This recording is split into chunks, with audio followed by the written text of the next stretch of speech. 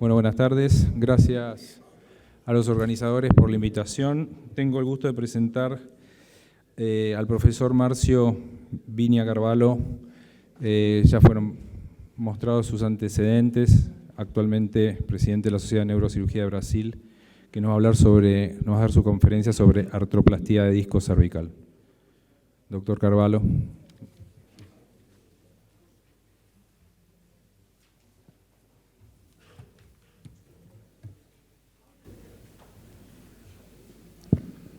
Boas tardes. Gostaria de, primeiramente, agradecer o convite. Vou tentar falar um pouquinho sobre artroplastia discal.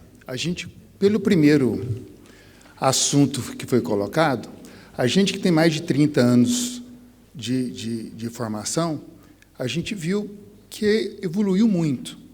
Então, há 30 anos atrás, eu não tinha nenhum device. Eu tinha que fazer um trauma, igual o Melvis colocou, fazendo só Smith-Robson, fazendo tração, e só tinha um Gardner para tracionar, e, quando muito, tinha uma marria, igual o Tolandin tinha, a gente não tinha isso. E a artroplastia vem para nos contar o tanto de coisa nova que vem vindo. E é bonito a gente ver como é que evoluiu. A gente está saindo de uma cirurgia, que foi citada anteriormente aqui, que é muito bonitinha. A gente descomprimia o que estava apertando ou o nervo ou a medula, descomprimia, colocava um ossinho do quadril, às vezes do externo. Quando eu comecei era do externo, a gente tinha uma trifina para tirar o osso do externo, ou tirava da asa do ilíaco, e o paciente ficava muito bom e resolvia muito bem. Inclusive, ele saía pior da perna, onde se tirava o enxerto, tinha mais lesão no quadril, mais dor no quadril, do que dor na cervical. Ficava bom. E a gente viu que o índice de sucesso é de 85%, 95%. É muito difícil você colocar alguma coisa que já funciona, que funciona melhor. Bem, e foi andando. Então, a gente começou a ver que começaram a medir pressões, medir no disco, que quando fazia a pressão antes ou depois de você artrodesar, principalmente a vértebra superior, aumentava muito o índice de pressão. Isso ficou mais interessante ainda quando esse cidadão, em 99, lançou um produto dizendo que quando você artrodesava, você tinha um índice de piora do nível adjacente na ordem de quase 3% ao ano, que daria 30%, e principalmente quando era C5, C6. Então, começou a ver a síndrome adjacente como objeto, mas a maioria desses pacientes eram assintomáticos. Isso que muita gente não dizia. Esse paciente meu, por exemplo, está assintomático há 20 anos, e funciona muito bem, nem por isso. Mas dali saiu uma série, há 22 anos atrás, quem foi em congressos americanos, a gente lembrou que foi um boom do movimento. Tudo tinha que ter movimento, tudo. Queria se trazer do quadril e do joelho para a coluna uma tendência. Então, em todos os estandes, era uma coisa assim maravilhosa. Você tinha navios, guerreiros, nos congressos americanos, aqueles negócios imensos, tudo tinha que ter movimento, e a gente foi na onda, foi seguindo. Só que a gente precisava de ter algum viés científico para isso. Então, media, tanto in vitro quanto em vivo, a gente via que a preservação do movimento diminuía aquela incidência. Pronto. A ideia de movimento, ela não começou lá. Tá? A ideia de as esferas de Fresson são bem famosas, a gente via desde a década de 60, que não funcionou, os resultados foram horríveis, mas tanto é que a ideia é antiga. E qual que seria a possível solução para aquela doença adjacente? Vamos colocar alguma coisa para mobilizar. Ótimo. E os estudos foram vindo, e olha só, quando a gente começou, na década de 80, que tinha os primeiros espaçadores, os primeiros dispositivos, devices, para a coluna, a gente via que os parafusos não tinham nem trava. Eles saíam tudo. Quando o paciente começava a mexer muito, e dava uma olha a grossura, aquele era quase 2 milímetros, dava disfagia, disfonia, uma série de complicações. E a própria empresa maior, ela demorou, de 1980, só foi aprovar no FDA em 2007. Olha o tanto de geração que teve para chegar na última. Imagina o tanto de engenharia, o tanto de estudo biomecânico que foi realizado no mundo inteiro na busca de novas soluções. Então, isso é muita engenharia, é muito estudo, é muita computação, é realmente muito bonito, tem vários estudos sobre isso. E o negócio ficou tão bonito que foi capa da revista. Literalmente, em 2005, o Brian, quem lembra do Brian, o Brian, para você colocar, era uma cirurgia esterotáxica. Para você colocar um disco artificial, o Brian, tinha mais ou menos 30 passos, em que você tinha que drilar a placa lateral, e se você não colocasse ele bem certinho, dava. E é interessante, se a gente notar bem na foto da capa, a gente já vai ver que no Brian lá, já tinha um pouquinho de ossificação na frente, na capa da revista de 2005. Então, a gente já via. E várias empresas com vários devices que foram colocando. Bem, as principais indicações, a gente está citando o FDA aqui, que quando aprovou, que é 1 ou 2 níveis, radiculopatia intratável, com mielopatia, a mesma de hernia de disco que a gente sempre tratou. Ou por hernia de disco, ou por uma espondilose leve, gente. Né? Com pouco osteófito, não é uma coisa muito grande. E que a gente vê que a perda de altura discal, que não tinha muita perca. E que já, nessa indicação, que já não tivesse doença adjacente já presente. Obviamente, depois da falha do tratamento clínico. As contraindicações. O inferno do cirurgião de coluna é aquela primeira linha ali, dor axial cervical. Isso não tem remédio, gente. Isso é muito ruim de tratar. Qualquer que seja a pessoa, é um desafio para a medicina. A dor cervical não tem indicação de artroplastia, como é uma dificuldade do nosso dia a dia. Quem trata sabe. Doenças cervicais anteriores são contraindicações do FDA. A gente vê que depois tem as doenças híbridas. Instabilidade. Obviamente, você tem um trauma igual aquele que foi mostrado anteriormente, não faz sentido. Osteofibrose severa. Um disco muito baixo. Você já não tem movimento, já tem menos de 3 milímetros de altura. Você vai colocar movimento onde não tem movimento? Não tem sentido. Né? Degeneração facetária grave. Deformidade cifótica. O paciente tem deformidade, já não é para colocar artroplastia. O corpo vertebral já defeituoso, seja um Klippfeld, seja uma osteoporose, seja algum tipo de doença prévia que ele já o tenha, não vai mexer com isso. E, finalmente, e não menos importante, a osteoporose. Porque a osteoporose ela não dá só em vozinho, todo mundo nós já sabemos. A osteoporose secundária ao uso de anticonvulsivante, que a gente vê muito na neurocirurgia, ao uso de corticoterapia em doenças reumatológicas, é muito comum isso. Qual foi o outcome? Bem, aí começaram a estudar. E viram que a doença adjacente já não passou a ser mais o foco. Seria ser o quê? Seria que o negócio ficou tão bom, tão arrumadinho, em que a gente viu que os follow-ups começaram a melhorar. Melhoraram por quê? Porque melhorou o acesso cirúrgico. Se tem uma coisa que o disco artificial veio para ficar, foi um instrumental cirúrgico. Ele colocou um Casper mais delicado. Ele colocou uma abertura mais delicada. Então, a gente começou a tratar melhor esse paciente, de forma a colocar o microscópio, abrir bem as facetas, o foramen, tirar o ligamento luginal posterior, tirar realmente a doença que está levando à dor daquele paciente. Como o tratamento ficou muito melhor, consequentemente, os resultados ficaram melhores, porque a gente está tirando da aplicação de ter que usar osso, às vezes é mais fácil, porque tem banco de ossos, ou queijo com placa, uma coisa que é uma cirurgia muito mais delicada, em que você faz uma descompressão bem feitinha, naquele nível, em 1 ou 2 níveis. Então, os resultados, como doença adjacente, a doença adjacente deixou de ser o foco e passou a ser o resultado cirúrgico. A gente sabe que o outcomes desses pacientes que foram tratados com artroplastia ficaram melhores. Por quê? Porque foram mais bem operados, inicialmente, foram mais bem dissecados, mais bem estruturados.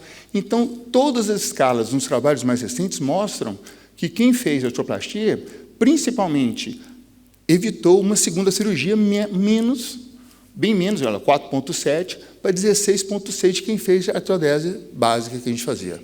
Então, deixou de ser a doença adjacente para ser o índice de reoperação. Então, o foco mais recente já mudou de doença adjacente para esse outro foco. Quando a gente começou a estudar, que a gente chegaram os cages autobloqueáveis, aí foi uma revolução, gente. Aí ficou bom demais, porque a gente deixou de usar placa e parafuso para usar um cage que ele bloqueava. Então, a cirurgia também passou a ser delicada também. Mas a gente tinha uns estudos biomecânicos lá de trás que já demonstravam que, quando você bloqueia um segmento, você aumenta a pressão no nível superior. Então, para evitar doença adjacente a alguma coisa, fazia sentido você colocar um disquinho lá em cima, onde tinha mais mobilidade. Não fazia sentido você botar em C7T1, que nem mobilidade tem. Mas lá em cima fazia sentido. Então, a gente viu que sistemas híbridos, em que se você tivesse disponibilidade, obviamente, no seu serviço daquele device, você poderia tratar, e as meta-análises demonstraram que os sistemas híbridos também tinham uma indicação. E trabalhos foram vindo, e a maioria dos trabalhos pegavam um viés de pouco tempo de pós-operatório. E a gente começou a ver que melhorou demais. E aí, agora, a gente começou a ver os estudos de doença secundária. Então, a gente sabe que qualquer que seja o índice de desabilidade de dor cervical, eles foram melhorando. Todos os estudos de meta-análise mais recentes melhoraram porque melhorou a técnica cirúrgica. Bem, mas as complicações vêm, né? Principalmente porque quem não respeita a técnica lá inicial. Você começa a colocar em nível adjacente, em que você já tem um paciente com rigidez, com um aumento da tensão lá em cima. Evita. A gente tem que ter alguns princípios para a gente ajudar a complicar. O primeiro é quem tem pescoço curto. Se você não consegue visualizar aquela lesão, não consegue ver a mobilidade, não consegue tratar. Tem gente que é formador de osso. Tem gente que tem aquele tipo doença de Forestier, que começa a crescer osso demais, você vai botar uma prótese nesse paciente, ele vai piorar. E tem paciente que tem uma má qualidade óssea e, no caso, má qualidade técnica também de quem vai operar. Então, a gente vê a disfagia. Esses aqui são os dados do FDA de complicações básicas no site do FDA. Então, a gente tem degeneração adjacente e a ossificação heterotópica passou a ser o foco de quem começou a usar muito disco artificial. E essa ossificação, ela começou a ver e começou a aumentar mais. E, inclusive, essa ossificação, ela começou a diminuir em quem usava disco, mas elas começaram a piorar lá na frente, que a gente vai ver lá nos trabalhos mais recentes. A reoperação passou a ser hoje o foco, que quem usa artroplastia cervical reopera-se menos do que quem fez a artrodese.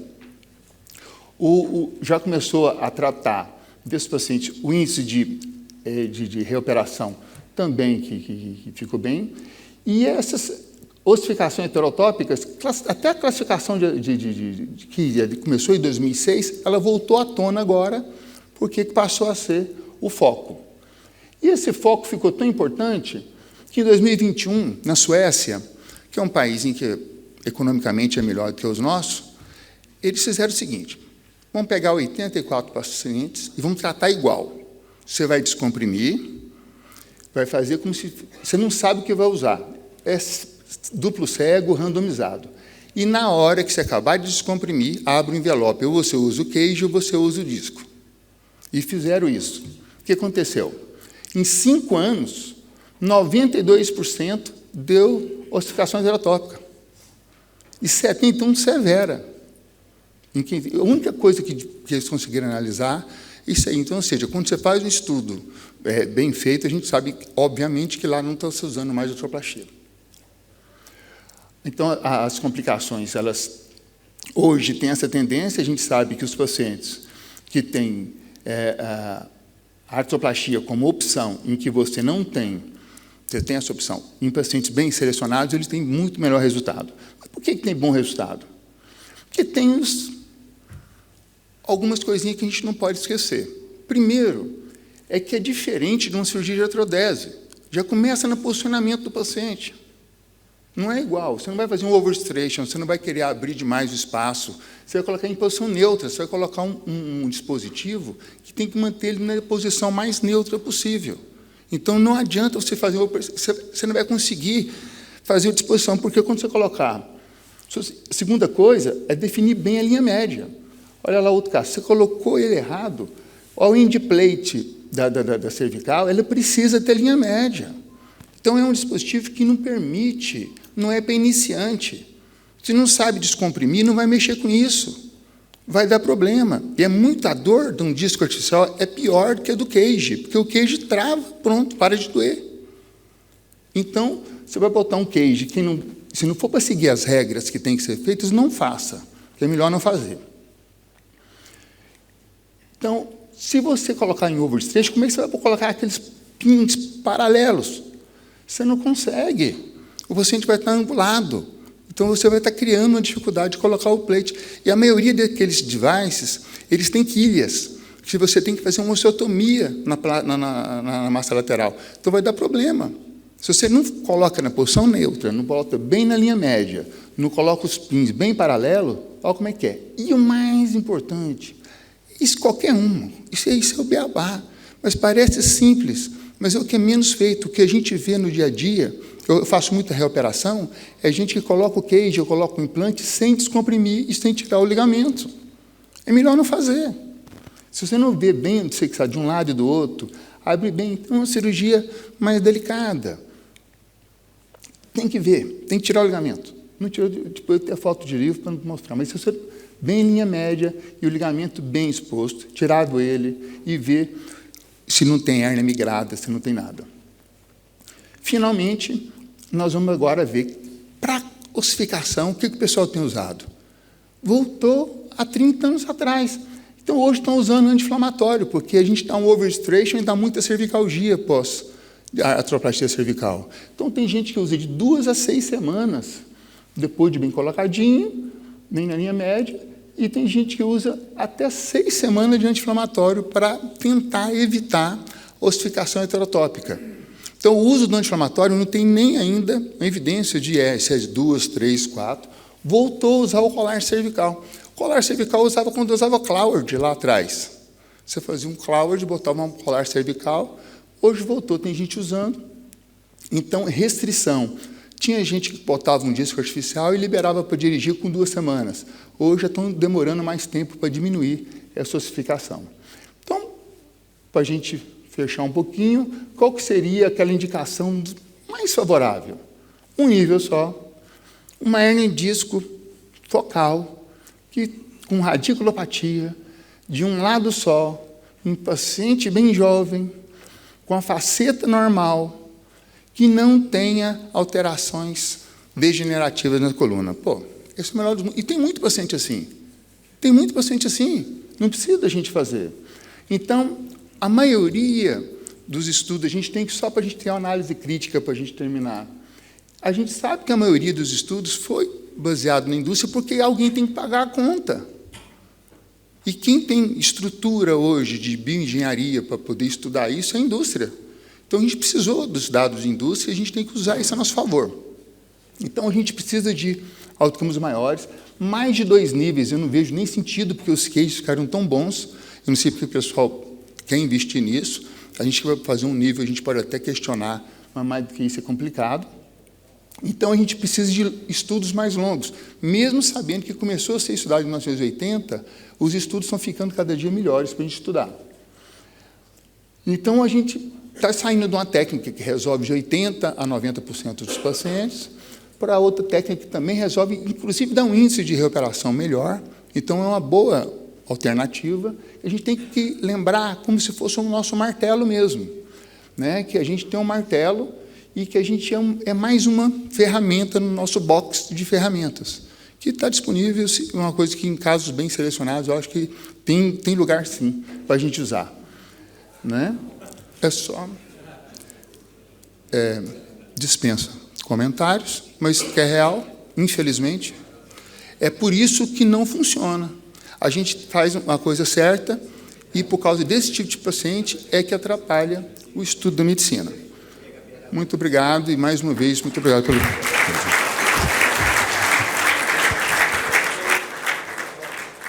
Preguntas para el doctor Carvalho. Doctor Ramírez, por favor. Muy buena su presentación, doctor. Quisiera preguntarle si, a propósito también aquí está el doctor Berna, referente a los deportistas jóvenes de contacto, como por ejemplo el rugby, si tendría alguna indicación de artroplastía. Muito boa sua pergunta. E os primeiros casos de artroplastia que eu fiz foi em atleta. Eu trabalho com atletas de alto desempenho e principalmente judocas que fazem judô e futebol. A primeira indicação foi para militar. O Brian, ele foi indicado pelo exército americano, o West Army, para fazer em um nível para o soldado voltar para o campo de batalha em 30 dias. Então, os SEALs, a indicação em hérnia no exército americano era fazer em um nível. Disso, eu tirei os atletas de alto desempenho, futebol americano e rugby. Então, a gente via nos trabalhos lá fora, utilizou-se isso. Só que a gente começou a estudar esses pacientes e não sabia se a degeneração adjacente tardia era pelo excesso de exercícios, porque os atletas, eles não são pessoas normais. Ele tem uma degeneração muito mais rápida do que a população normal.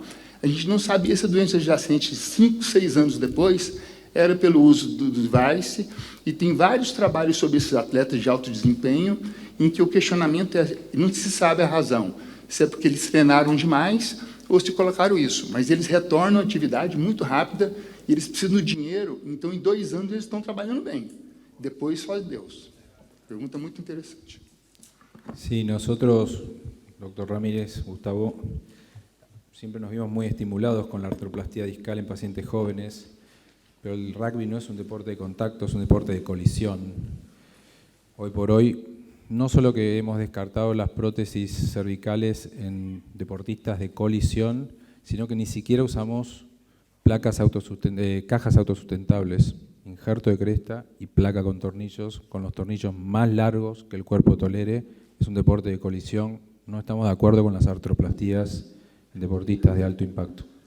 Exactamente, porque justamente tengo un colega en uno de los lugares donde me desempeño que es especialista en miembro superior, creo que ustedes lo conocen, al doctor Maquieira, y me consultó porque lo estaban por operar al yerno que juega al rugby profesional en Estados Unidos y le habían ofrecido una artroplastía. Entonces yo le dije, mira, de acuerdo a la experiencia que hay a nivel internacional y sobre todo que hemos tenido la posibilidad acá de tener a un especialista fundamentalmente en rugbyers, francés, no sé si te acordás, no me acuerdo el apellido ahora, en un controversia lo tuvimos. Exacto, el doctor Bernard. Y bueno, terminó hablando con el cirujano que lo iba a intervenir y cambió su conducta. Es decir, le hizo una fusión tal cual, con injerto de cresta ilíaca y placa. Doctor Macaño. Una cosita respecto a eso. Yo siempre le digo a los pacientes, me extraña que le hayan ofrecido eso, porque la teoría en Estados Unidos es que si haces deporte de contacto, por ejemplo, fútbol americano, que es lo más común, con 1 o 2 niveles de fusión está contraindicada la artroplastía, y eso se lo digo a los chicos que hacen deporte de contacto. Tenés quarterbacks en la NFL que ganan $100 millones y que vuelven a jugar, pero siempre con 2 niveles de fusión. Tom Brady. Tom Brady es 2 niveles de fusión.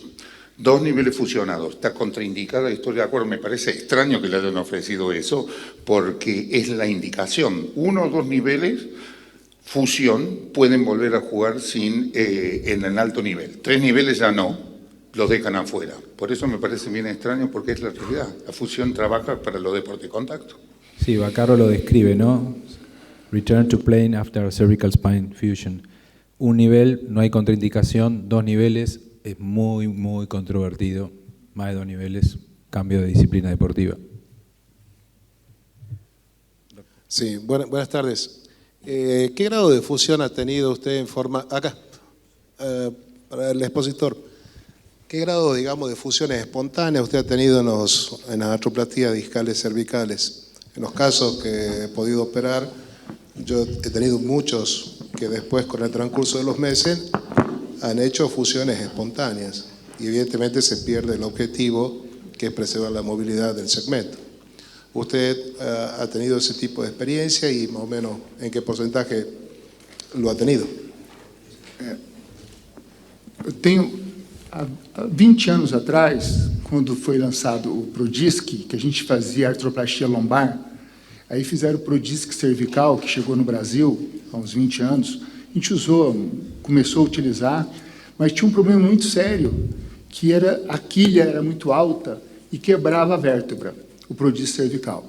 Depois, demorou a chegar, começou antes do Anvisa, a gente tem no Brasil, foi liberado para uso de artroplastia 2, 3 anos atrás só, em um nível. No Brasil não se pode usar mais do que um nível. Então só libera em um nível e só foi liberado há 3 anos atrás. Antes da Anvisa, que é o FDA lá do Brasil, surgir, a gente usou lá atrás, uns 20 anos, muitos pacientes. O que eu tenho visto foi o meu acompanhamento, que eu ficava nos Estados Unidos ou na Alemanha, em que a gente acompanhou os pacientes de PCM, quando foi lançado o PCM, e depois parou de se usar, que dava muito, saía muito. O Brian, na fase de lançamento do Brian, a gente usou durante uns 5 anos, depois parou de usar porque saiu de linha. E o Prestige, que chegou, e depois o XRT, que foi na frente. Então, e são tantas diferenças de disco, a gente usou nesses 20 anos, que cada dia mais eu uso menos. Eu tenho utilizado só naqueles casos de um nível, em casos bem selecionados, porque os cages ficaram muito bons. Os cages ficaram muito bons, mas assim, a gente vai deixar de ter opção. Os pacientes estão operando cada dia mais jovens, estão vivendo cada dia mais tempo. Será que lá na frente a gente fizer uma fusão, não vai degenerar o nível de cima? Se a gente pode fazer uma artroplastia em pacientes bem selecionados? Essa opção eu sempre deixei ela em aberto. Eu tenho utilizado, eu tenho uns 300 pacientes operados de artroplastia só, não é muito, comparado com os grandes, 135 anos de experiência, então foi muito pouco. Então não é o dia a dia. Meu dia a dia é cage bloqueável hoje ou parceria, que é a minha primeira opção normalmente. Mas em casos bem selecionados está como uma opção. No sé si hay alguna pregunta más, si no pasamos. Sí, Víctor. Buenas tardes, doctor. Siguiendo un poco la misma línea, quiero preguntar una cosa, Víctor. Sí, perdón. Perdóname. Un poco porque varias veces ya se habló hoy volvimos a hablarlo del tema de qué deporte se deja hacer con un nivel, 2 niveles, etcétera. Entonces le quiero hacer un poco 2 preguntas. ¿Hasta cuántos reemplazos discales usted tolera o realiza? ¿Y qué deportes le deja hacer a los pacientes según 1, 2 o no sé hasta cuándo usted hace reemplazos discales? ¿Y qué deporte le permitiría hacer más en países tan futboleros como los nuestros, en donde luego lo dejo jugar al fútbol, pero le digo que no cabecee? Nós somos muito parecidos, o Brasil e a Argentina, porque a gente tem um problema financeiro. Essas próteses são em dólar, são caras. Então, se o seguro está pagando, independente de, às vezes, algum seguro internacional paga 2, 3 níveis. E eu só faço no superior. Eu gosto muito de construção híbrida. Se eu tiver que fazer, eu faço nos níveis inferiores, artrodese, com cage, bloqueável, com dissecção do mesmo jeito e coloco no nível superior. No máximo, assim, eu fiz alguns casos lá atrás, mas nos últimos anos não tenho feito mais de um nível. Faço no máximo um nível, que é o que está aprovado. Assim, tem muito colega meu de Portugal, a gente conhece bem que em Portugal o preço do cage é o mesmo do disco.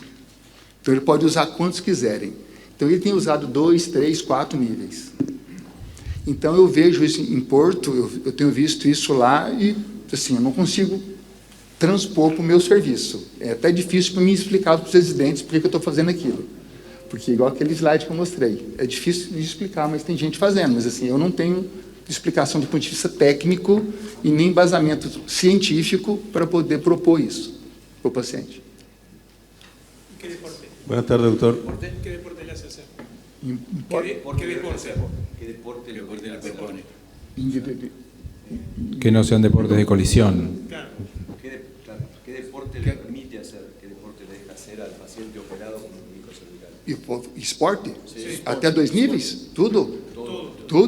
Futebol americano, rugby, tudo, até 2 níveis. Se vai quebrar, porque o que acontece? O profissional, ele depende do dinheiro para sobreviver. Então, futebol eles estão fazendo um Astro 10 e um disco e estão jogando com 3 semanas. Eles são loucos, porque eles precisam do dinheiro. Agora, depois de 3 anos, eles somem. Você não vê, você não tem controle. Ha instaurado, doctor, buenas tardes. Yo no coincido, pero bueno. Seguimos con los casos problema con el doctor Carlos Zanardi, por favor. Una última pregunta. Sí. Doctor, quería preguntar, ¿usted en su protocolo de atención o prequirúrgico a sus pacientes de cirugía cervical ha instaurado estudios metabólicos del calcio o en la densitometría ósea, previendo la falla del material que tiene el reemplazo de disco con las prótesis discales? Y también esto está asociado al tipo de característica propia del paciente y de la zona donde es el paciente. Por ejemplo, tenemos nosotros acá, entre más el sur, tenemos más deficiencia de vitamina D y tenemos problemas con el calcio. Y en la zona norte, para Estados Unidos, otra zona, tenemos otras características propias en su densitometría. Pero si hablamos de los países latinoamericanos, tenemos deficiencias nutricionales vastas, muchas, y estamos practicando nosotros cirugías de reemplazo discal en estos pacientes de Latinoamérica. ¿Usted ha propuesto algún tipo de protocolo previo para el estudio desintométrico de estos pacientes o está haciendo manejo posterior al reemplazo de disco con algún tipo de estimulante, denosumab, ácido solendrônico, alendronato, por mencionar algunos, no sé? Muito boa sua pergunta, porque a gente acaba, nossa prática clínica, a gente atende paciente cada dia mais idoso. Mas o meu limite para fazer disco artificial é 55 anos. Porque 55 anos, a mulher já está menopausada e o homem já está andando a andropausa. Então, os dois têm osteoporose.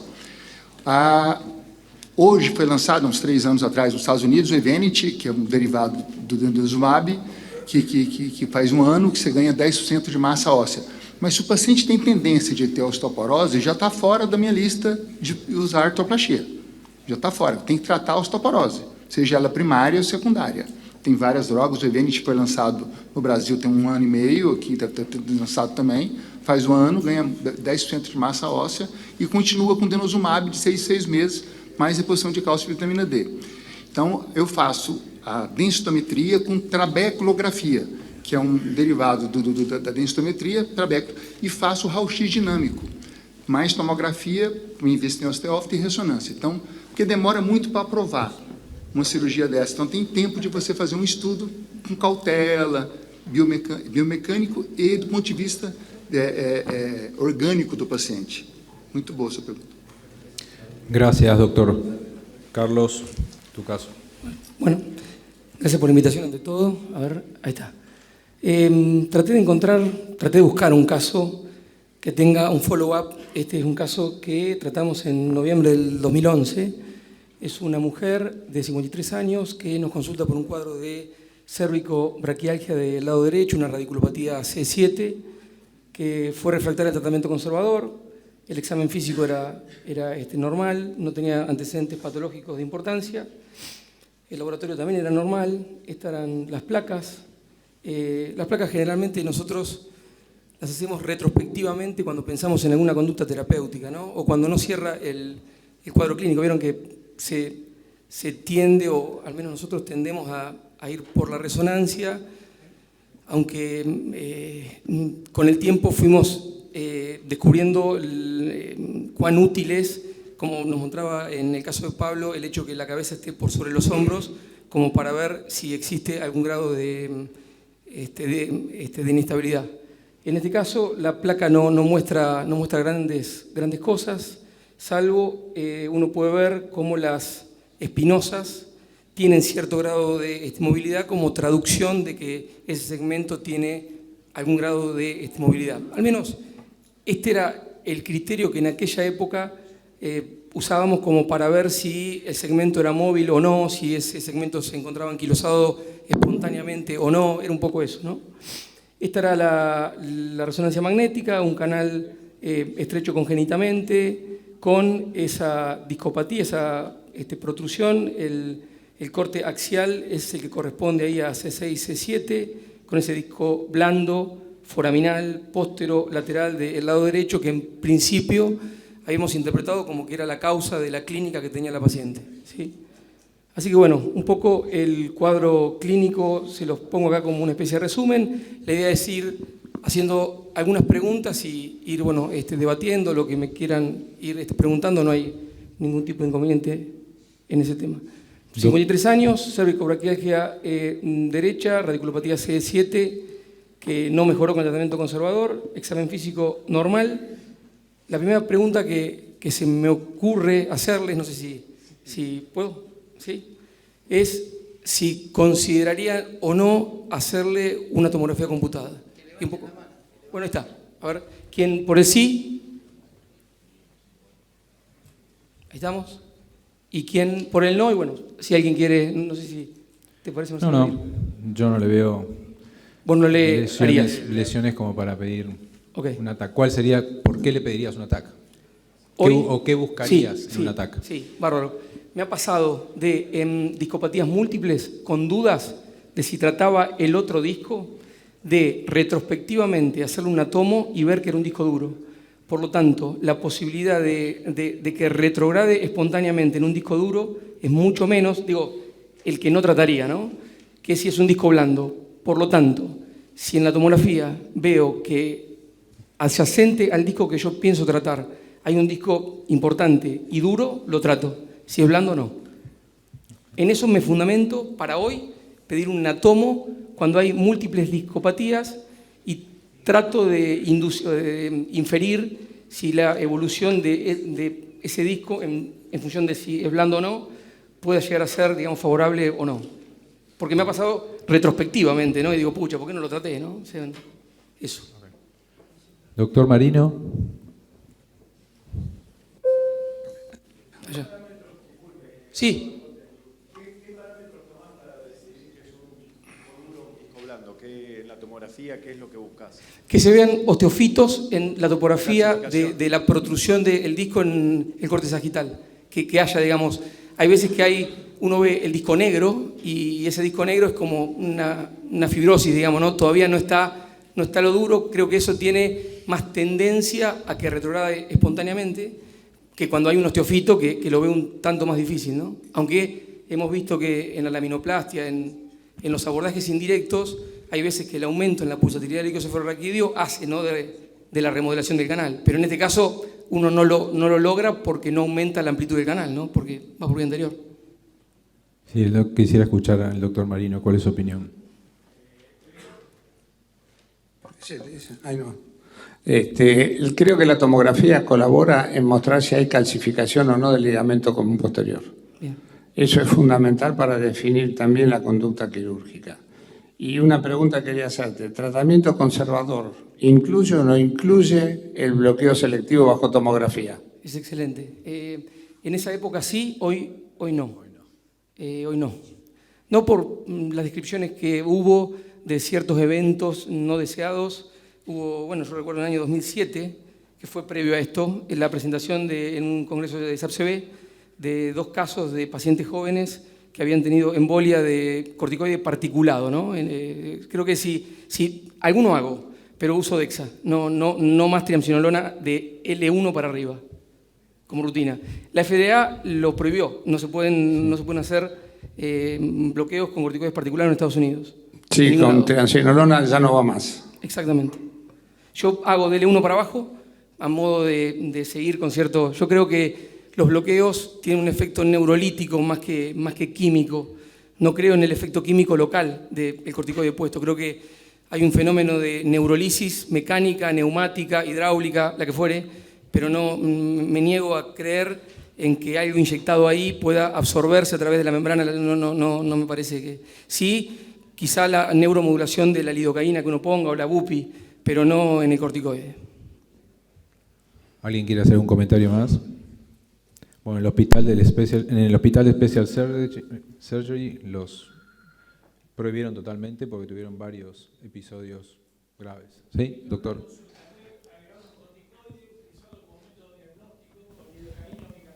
Sí, es...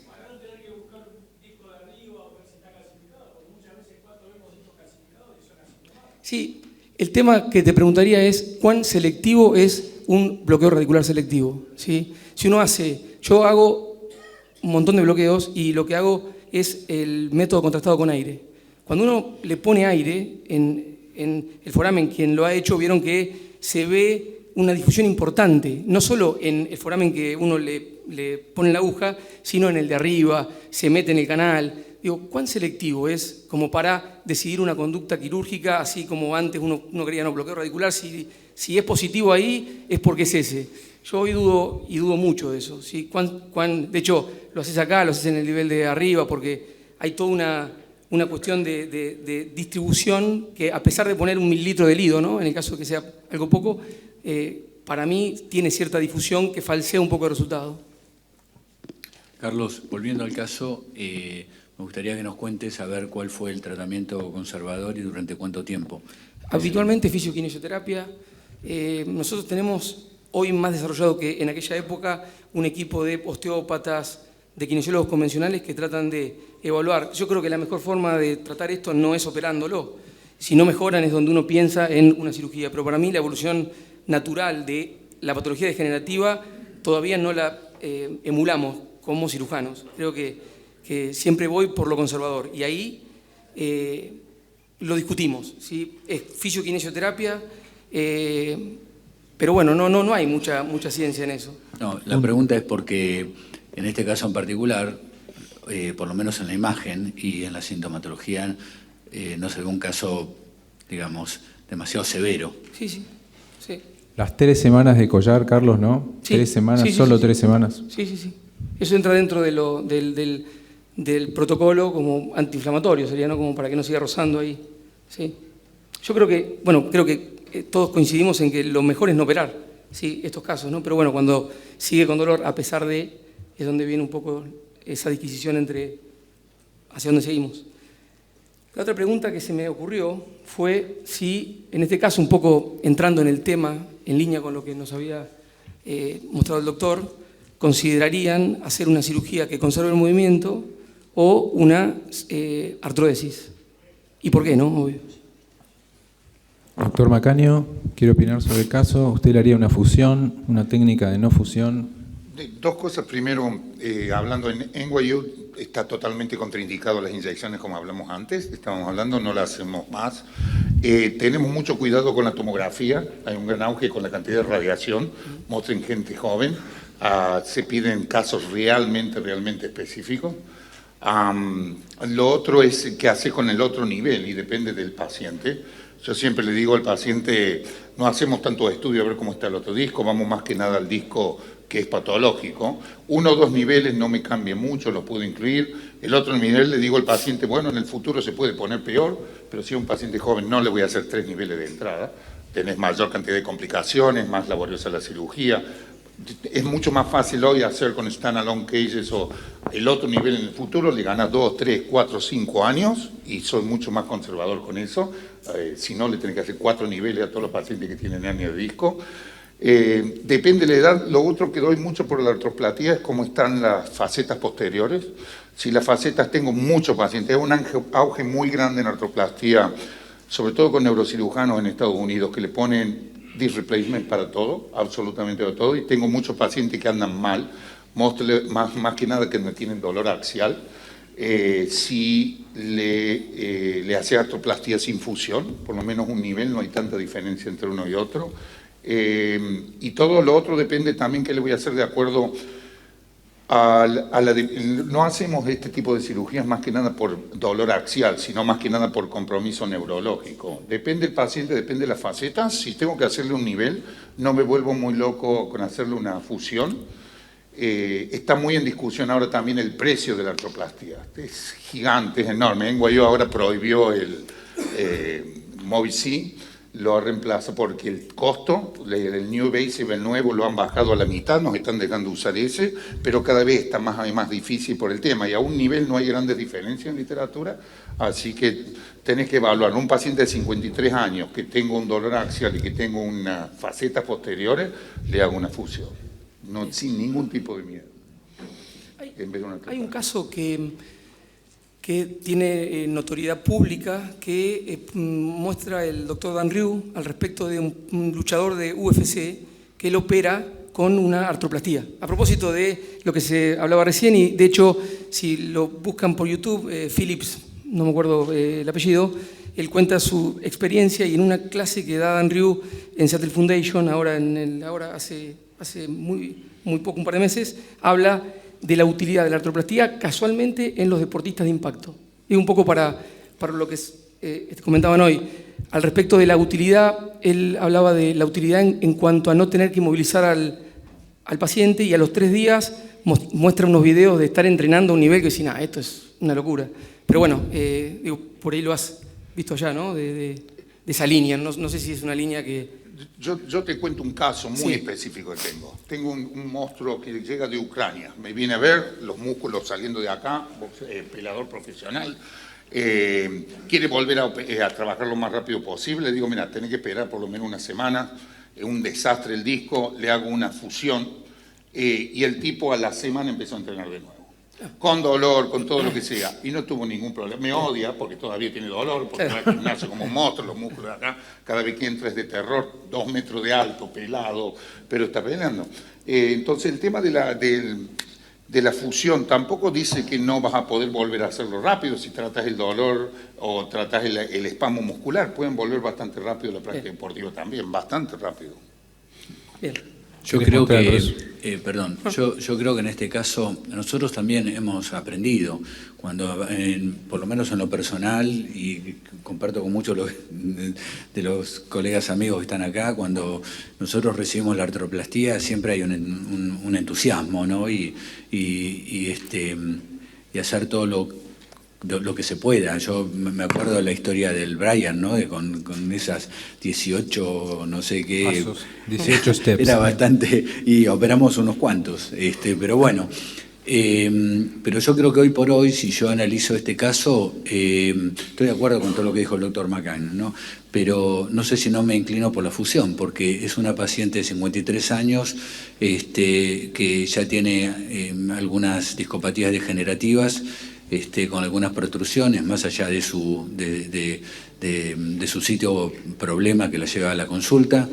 Y también es cierto que a nosotros nos pasa el alto costo de la artroplastía, pero más allá de eso, yo creo que en este caso, si tuviera que recurrir a la cirugía, no sé si no indicaría ¿no? En estos momentos una fusión. Y al respecto de cajas autosustentables versus cajas con placa, porque eso también es un tema que uno muchas veces ve, la emulación entre la inestabilidad degenerativa y la inestabilidad traumática. Bueno, es una pregunta, digamos, así abierta. Yo veo que hay muchas veces que se emula la inestabilidad traumática, donde creo que la placa es indiscutible, con la inestabilidad degenerativa. En un paciente que por ahí tiene un T1 slope no tan alto, ¿cuál es? Y en las mejores manos, la morbilidad de una placa es mayor que la de una caja con 2 tornillitos, si bien indiscutiblemente la fijación que se logra con la placa es mayor que la que se logra con una caja con 2 tornillitos, pero la inestabilidad degenerativa que uno crea a través de la disectomía, ¿amerita la morbilidad de una placa con tornillos en todos los casos? No, yo en todos los casos utilizo cajas autosustentables, menos en deportistas de alto impacto. Ahí está. En mi caso. ¿Tenés en cuenta el T1 slope? Porque en patología lumbosacra, la incidencia pélvica alta, sabemos que es un factor de alto estrés en la chanela lumbosacra y tratamos de ir con todo ahí, ¿no? Lo mismo sería cuando el T1 slope está muy pronunciado porque hay una hipercifosis torácica. Ahí te cambia la elección en caso de que sean 2 o más discos por vía anterior. Bueno, el tema fundamental para mí es qué tipo de caja autosustentable. Porque tenés cajas autosustentables que son totalmente planas y realmente ahí vos no estás modificando absolutamente nada de lo que es el balance sagital de ese raquis cervical. Tratamos de que sean como mínimo de 6 grados. Bien. Si no son, es decir, si son de 4 grados, 3 grados, por supuesto, también está el factor económico, ¿no? Porque las placas nacionales o las de titanio, hay muy pocas que tengan 6 grados o más. Claro. Yo las pseudoartrosis que tengo con cajas autosustentables, las dos tenían un T1 slope alto. O sea, alta carga mecánica que no le alcanza a los tornillitos sostener, ¿no? la inestabilidad de ese segmento que uno genera con la disectomía, ¿no? Porque en realidad era un segmento estable. Sí, Doc. Una pregunta. Ahí dice cirugía con conservación de la movilidad. ¿Qué es eso específicamente? No, es una artroplastía. Está, porque la otra es la una vía posterior. La foraminotomía. No, bueno, eso entra dentro de la próxima. La próxima un poco incluía las opciones, sí. Bueno, si quieren ya dejo esta que sería, tenemos 13 minutos más, así que allá alguien quería hacer una pregunta, ¿no? Sí.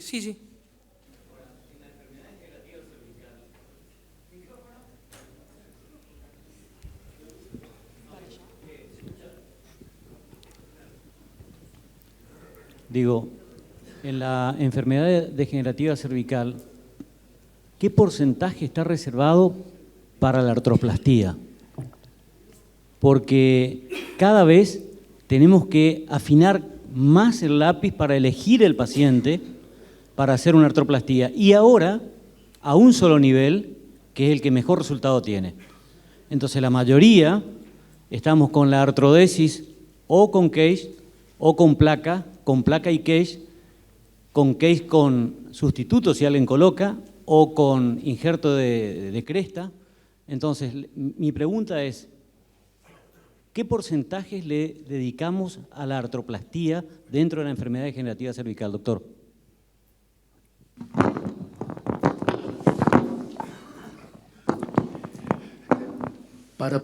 Como disse, a pergunta faz muito sentido. Por exemplo, esse caso não é um caso de hernia de disco simples. É uma mielopatia espondilótica cervical, em que você tem um balanço sagital cervical alterado. Então, antes de pensar na mobilidade, a gente tem que se preocupar, como ele colocou, mais em melhorar o balanço sagital cervical do paciente. Para mim, faz mais sentido do que movimento, é melhorar o balanço. O paciente com 53 anos começa a ficar cifótica, porque começa a menopausa, começa a ter alteração óssea e vê. Então, pacientes jovens, porque a indústria, hoje, quando o paciente entra no Google, ele vai ver lá que tem artroplastia.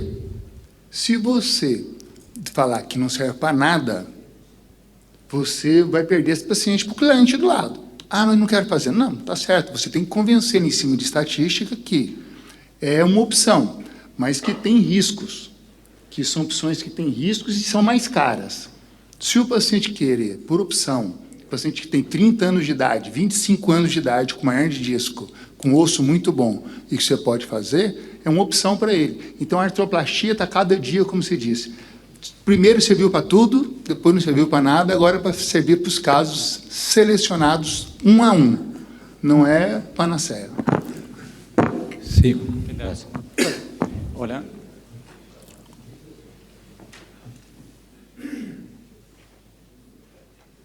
Hola, ¿qué tal?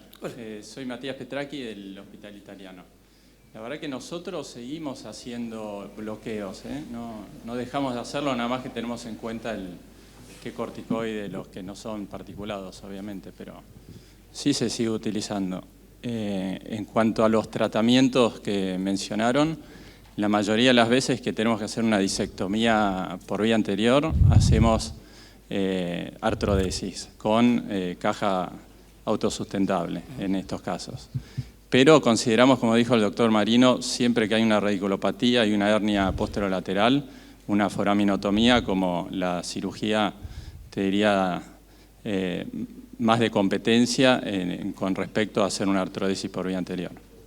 O sea, lo tenemos mucho en cuenta si vamos a hacer una foraminotomía o una artrodesis de un nivel por vía anterior. ¿Y por qué crees que se está contraindicando a nivel mundial el hecho de que el bloqueo es algo peligroso, que puede generar algún tipo de cambios en la conducta de la morfología de la médula, en cuanto a su función, a nivel vascular y demás. Te pregunto porque es controversial. Esto es un curso de controversia. La idea es, no estamos todos de acuerdo con todo, entonces la idea es ver si se puede controvertir. ¿Por qué crees que el mundo está intentando evitar hacer bloqueos? Absorción masiva del fármaco, procesos isquémicos relacionados con la vascularización de arteria espinal anterior, no sé, o posterior. Sí, por un lado tenemos la ventaja que lo hacen radiólogos intervencionistas dedicados a eso puntualmente. Obviamente lo que se describe es la embolia por el espesor y las partículas que generan esa isquemia a nivel del tronco, ¿no? Obviamente somos súper cuidadosos, pero tenemos un montón de pacientes que hemos hecho o indicado bloqueos, no es que lo hacemos nosotros. ¿Alguna pregunta más? Tenemos 8 minutos. ¿Vos Nada tenés más. un caso o 2 casos? Uno solo. Okay. Nada más para hablar de los bloqueos, lo que allá en Costa Rica, digamos, hace unos 6 meses hacíamos bastantes. Y le contaba a Pablo que hace 2 meses tuvimos una meningitis química por el fármaco, que en realidad fue un diagnóstico de descarte, que obviamente lo que efectuó fue que el equipo quirúrgico perdimos como 8 años de vida, porque el paciente se presentó y no sabíamos qué tenía. Y en la literatura hay como 7 o 8 casos. Yo creo que eso es lo que ha disminuido el uso de los bloqueos a nivel mundial, digamos, haber un procedimiento que se considera poco invasivo con un resultado muchas veces nefasto. Y en ese sentido sí hay que tener mucho cuidado con este tipo de bloqueos, y creo que eso es la causa que haya venido en desuso en muchas partes. ¿No hay más preguntas? Sí que un comentario como panelista acá. Yo creo que la discusión entre placa e injerto y caja autosustentable es una discusión un poco antigua. Es decir, la caja autosustentable es la evolución de la placa y el injerto, por el tema de los síndromes de adición que hacen las placas. Por más que uno ponga placa corta, siempre hay complicaciones en los espacios adyacentes. Entonces yo creo que ya prácticamente, excepto para lo traumático, ya es una discusión antigua. Bien. ¿Todos piensan lo mismo? Dentro de lo controversial, voy a decir controversial. Porque yo conozco mucha gente que es muy pro, a pesar de, estoy de acuerdo con lo que usted dice, pero a pesar de todo eso, cuando, por ejemplo, Dan Ryu, cuando ve un dolor cervical en un paciente con un cage autosustentable, le hace una vía posterior y no lo duda, o sea, lo considera como una pseudoartrosis sintomática. Digo, es a tener en cuenta, es alguien que tiene mucha... Ay, tendría que buscarte puntualmente, claro, sí. Pero bueno, es un tema. Yo conozco mucha gente que no usa placas, no usa cajas con autosustentables porque consideran que el grado de inmovilización 3D que eso genera no es el que buscan. Y bueno, siempre está esta discusión, ¿no? Bueno, pero no es inestabilidad traumática, es algo degenerativo.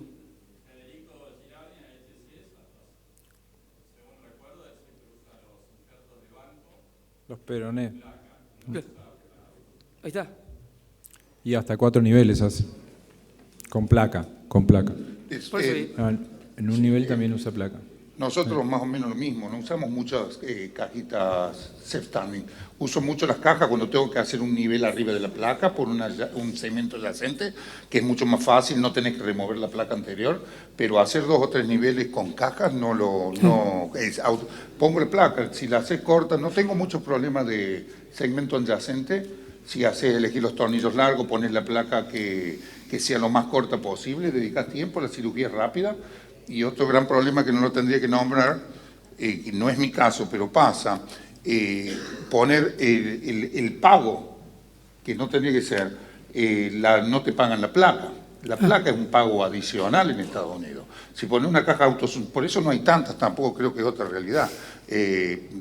No salga en ningún lado, pero si vos pones la placa, la caja sola, no te pagan la placa, que puede ser 50%, 40% más del valor de la cirugía. Claro. Que es una cosa muy parecida, no importante. Sí, claro. En mi caso no me cambia mucho hacer 2 o 3 niveles, no me gusta hacer, nosotros no hacemos tantas cajas autosustentables. en NYU al menos. Se hace mucho con placa. Yo Hay lo entiendo. muchos trabajos que hablan para controvertir con Angelito. Hay muchos trabajos que hablan sobre la disfagia que genera la colocación de una placa, y no solo tiene que ver con la manipulación y demás de la musculatura anterior, sino también con el grosor de la misma.